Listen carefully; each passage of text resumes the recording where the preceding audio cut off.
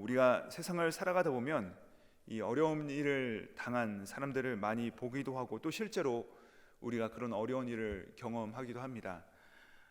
특별히 이 믿음의 사람들이 겪는 사고나 이런 사건들에 대해서 우리가 그 앞에서는 위로는 하지만 안타까워하지만 그런 마음과 동시에 우리가 뒤돌아서서는 혹시 나에게 아니면 그들에게 어떠한 잘못이 있어서 그런 어려움을 우리가 겪게 되는 것은 아닌가 하는 생각을 하게 되는 것이죠. 우리 믿음의 삶을 사는 우리 삶에도 많은 어려움들이 있습니다. 믿어도 병에 걸립니다. 믿어도 우리가 큰 고난에 처할 수 있습니다. 게다가 현재 우리는 코로나로 인하여서 우리의 건강과 또 직장과 또 우리의 가정에 예기치 않은 그런 모든 상황들이 몰려올 때 우리는 오늘 본문을 통하여서 이런 문제에 대해서 주님께서 어떻게 다루시는가를 살펴볼 수 있습니다. 1절에 보시면 어떤 사람들이 예수님께 나와 질문을 합니다. 그 당시 예루살렘에서 이 로마의 총독 빌라도가 갈릴리 사람들을 학살한 일이 있었습니다. 또한 4절에도 보시면 우리가 잘 아시는 이 실로암을 둘러싸고 있는 성벽이 있는데 그 성벽, 그 망대가 무너져서 18사람이 목숨을 잃었습니다. 이 문제를 가지고서 사람들이 예수님께 와서 물은 것입니다. 예수님, 어떻게 이런 일이 일어날 수 있습니까? 누구의 죄로 인하여서 이런 비참한 일이 일어나게 된 것입니까? 빌라도의 죄입니까? 아니면 그들의 죄입니까? 왜 이런 일이 일어난 것입니까? 라고 질문을 한 것이죠. 그런데 예수님께서는 누구의 죄다라고 묻는 이들에게, 누구의 죄냐라고 묻는 이들에게 그것은 누구의 죄 때문이 아니라 라고 말씀을 하십니다. 오히려 그들에게 반문을 하시죠. 이르시기를 이렇게 말씀하십니다. 너희는 죽은 자들이 너희보다 더 죄가 많아서 죽은 줄 아느냐라고 그것을 역으로 질문하시는 것을 볼 수가 있습니다. 저는 유도는 해본 적이 없지만 유도라는 운동이 마치 예수님께서 방금 하신 질문과 같다라는 생각을 하게 되었습니다. 유도가 어떤 운동입니까? 이 상대방이 달려드는 그 힘을 역이용해 가지고 상대방의 허점을 찌르는 운동이 바로 이 유도인데, 마치 예수님의 이 질문이, 반문하심이 그와 비슷하다라는 생각을 하게 되었죠. 이 사람들은 지금 질문을 가지고서 달려드는데 우리 주님께서는 그 질문을 살짝 비껴서 오히려 그들에게 되돌려주고 계신 것입니다. 이 이스라엘 사람들은 사람들이 당한 고난과 그 어려움을 겪는 이유가 바로 그 사람이 당한 죄, 그 사람이 지은 죄가 있었기 때문에 심판을 받았다라고 생각을 했고, 실제로 예수님을 통하여서도 그런 대답을 그들이 기대했을 것입니다. 혹은 이방 총독의 잘못이다라는 말씀을 그들이 기다렸을 것입니다. 그런데 오늘 5절 말씀에서 이렇게 예수님께서 말씀하시죠. 너희에게 이르노니 아니라 만일 너희도 회개하지 아니하면 다 이와 같이 망하리라. 사람들은 예수님께 묻는 말은 무엇이냐? 예수님, 왜 저들은 저렇게 무고한 학살을 당해야 됐고 아무 죄 없이 망대에 깔려야만 됐습니까? 저들이 무엇이 잘못이 있는 것이 아닙니까? 그러나 예수님의 대답은 무엇이에요? 아니다, 너희도 이와 같이 망하리라. 예수님께서는요, 이 질문의 관점을 로마 총독도 아니요 또 그 죽은 사람들의 죄도 아니라 너 자신에게 돌아보라고 말씀하고 있는 것입니다. 사실 우리는 이 끊임없이 문제에 대한 원인을 밖에서 찾고자 합니다. 문제의 원인이 늘 저 밖에 있다고 생각을 하는 것이 바로 우리의 습성입니다. 문제는 저 사람 때문이고 저 상황 때문이고 저것 때문이라고 철저하게 나 자신을 배제한 채 그 원인을 확정하는 것이 바로 우리의 습관이라는 것이죠. 오늘날 우리 시대의 수많은 이 비극과 그 아픔들을 바라보면서 우리는 늘 이렇게 묻습니다. 누구의 잘못입니까? 왜 저 사람이 무엇을 잘못한 것입니까? 왜 저 사람이 저 전염병에 걸렸습니까? 저 사람이 코비드-19으로 인해서 고통받는 이유가 무엇입니까? 이에 대해서 예수님께서는요 5절 말씀에 다음과 같이 말씀하십니다. 우리 다 같이 한 번 더 이 5절 말씀을 함께 읽도록 하겠습니다. 함께 읽습니다. 시작. 너희에게 이르노니 아니라 너희도 만일 회개하지 아니하면 다 이와 같이 망하리라. 예수님께서 우리에게 하시는 대답은 아니다 라고 하십니다. 너희도 이와 같이 망할 수 있다 라고 하시는 것이죠. 이처럼 사람들이 잔인하게 학살당하고 또 무의미하게 사고로 죽은 사실에 사람들은 다 놀라워했습니다. 그리고 그 사건으로부터 자신을 철저히 격리한 채 나와는 아무런 철저하게 이 거리를 둔 채 확실하게 타자화하여 그 학살한 그 끔찍한 사건의 이유는 바로 그 어려움을 당한 자, 그 죽은 자, 그 특정한 상황 가운데서 발견하고자 했다는 것입니다. 그러나 지금 예수님께서 우리에게 요청하시는 자세와 그 태도는 무엇입니까? 너희가 저 사람들이 그와 같이 끔찍한 일을 겪은 이유들은 바로 그들과 그 사건 안에서 추적하고 추궁하고 또 집중하는 그 원인이 무엇인지 따지고 그로 인해서 그 사람보다 자신의 그 도덕적이고 또 신앙적 우월함을 그 은연중에 드러내고자 하는 너희의 그 완악함을 너희가 보고자 하느냐, 그것이 바로 문제의 본질과 핵심이 아니라는 것을 우리 가운데 말씀하시는 것이죠. 그 사건의 처절한 그 원인을 바로 어디서부터 발견해야 되느냐, 바로 그들이 아니라 바로 우리에게로 끌고 와서 나로부터 발견해야 된다는 것을 말씀하고 계신 것입니다. 그러므로 우리가 진정으로 놀라워해야 될 사실은 그 사람이 죽고 심판을 당할 수밖에 없었던 그 죄악된 모습이 아니라 오히려 우리가 살해되거나 혹은 깔려 죽지 않은 것을 우리가 소스라치게 놀라고 이상하게 여겨야 된다라고 말씀하고 계시는 것이죠. 왜 저 사람은 죽고 나는 죽지 않았는가? 왜 저 사람들은 나보다 더 죄가 많아서 저렇게 죽었는가?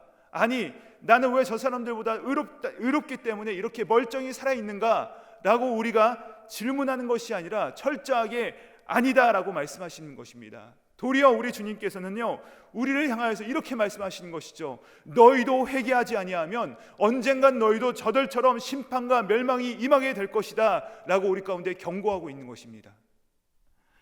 그리고 나서 우리 주님께서는 그 말씀에 연이어서 곧바로 이 무화과 나무의 비유를 우리 가운데 나눠주십니다. 6절에 보시면 이 무화과 나무를 어디에다 심습니까?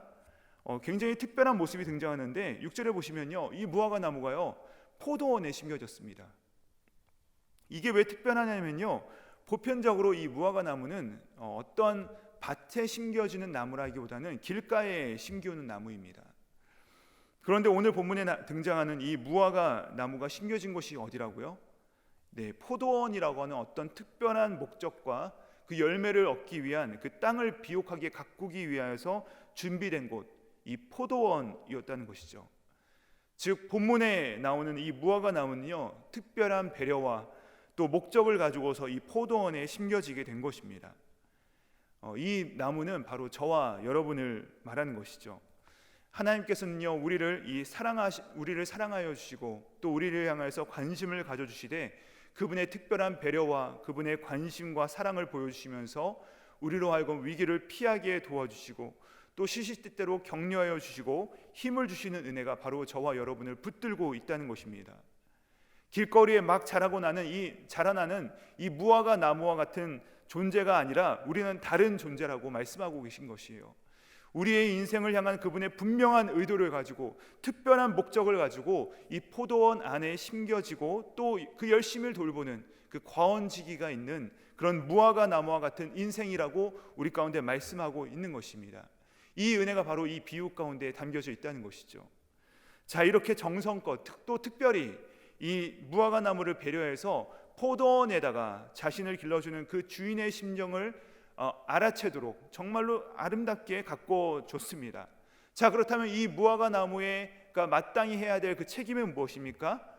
그 주인의 기대에 부응하여 그것에 감사하면서 이제는 아름다운 열매를 맺어가지고 그 주인의 마음을 시원케 해드리며 나아가는 것이 응당하지만 7절에 보시면 이런 놀라운 은혜로 부르심 받은 그 우리의 모습은 어떻습니까?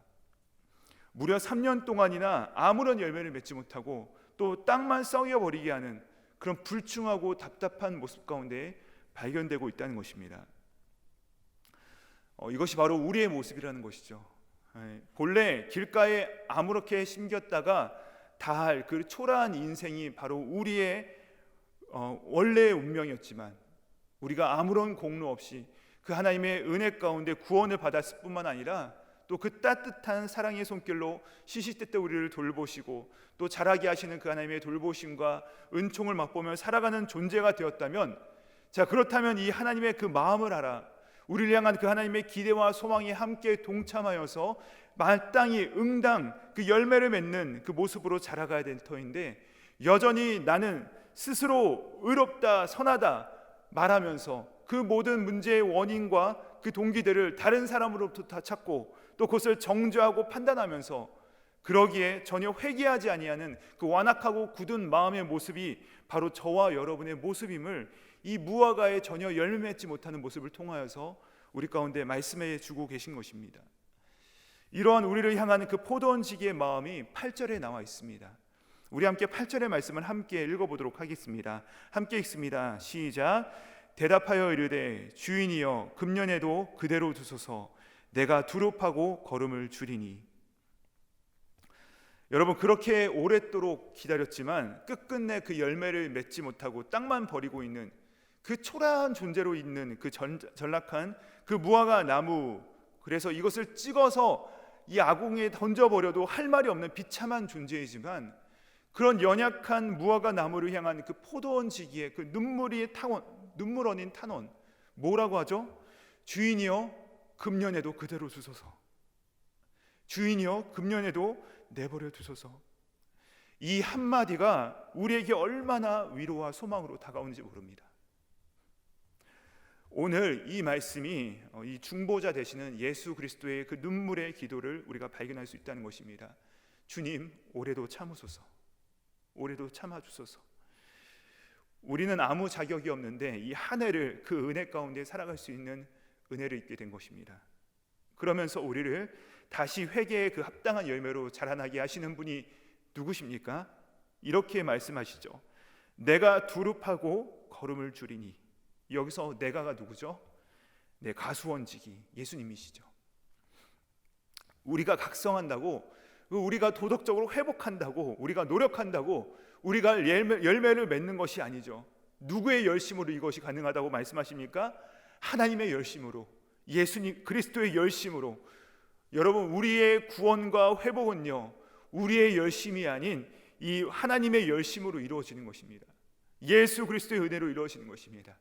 이 사실을 우리가 마음에 담는다면 우리는 바로 그 넘어진 그 자리에서 우리가 다시 일어날 수 있는 것입니다.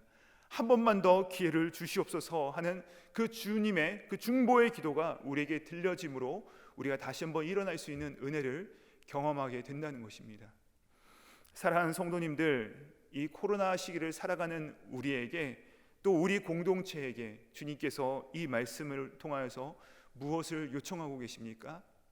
이 아픔과 이 어려움 가운데서 그 누구의 책임과 그 잘못을 따지는 것이 그 핵심이 아니라 하나님께서 왜 너희를 살려주셨는지, 하나님이 왜 너희를 이곳에 서게 하셨는지 그 이유를 생각하고 또 회개하는 심정으로 하나님 앞에 서 있으라고 말씀하시는 것입니다. 그러나 이것이 무화과 나무가 스스로의 힘으로 대오각성하여서 그 자리에서 일어나고 열매를 맺는 것이 아닙니다. 내가 이룰 것이다, 내가 행할 것이다 라고 우리 주님께서 말씀하고 계신 것입니다. 한 번만 더 참아주소서 하는 그 예수님의 중보의 기도가 오늘도 다시 한번 우리를 일어나게 하십니다.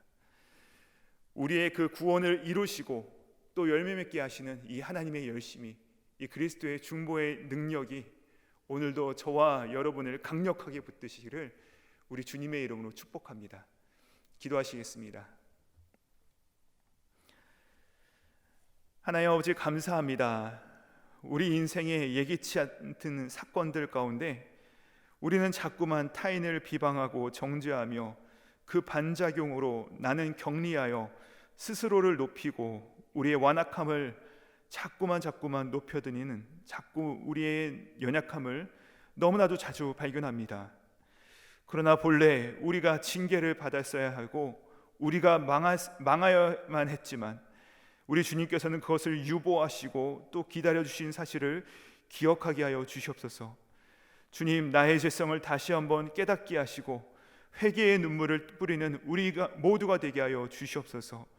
우리의 노력으로는 아무런 열매를 맺을 수 없는 그 무화과 나무와 같으오니 주님의 열심으로 오늘도 우리의 구원을 이루어가 주시옵소서. 불충하고 연약한 우리를 찍어버리지 아니하시고 도리어 자신의 몸을 십자가 위에서 찍으사 지금도 우리를 위하여서 눈물로 한 번만 더 참으소서 하고 중보하시는 우리 예수님의 이름으로 기도합니다. 아멘.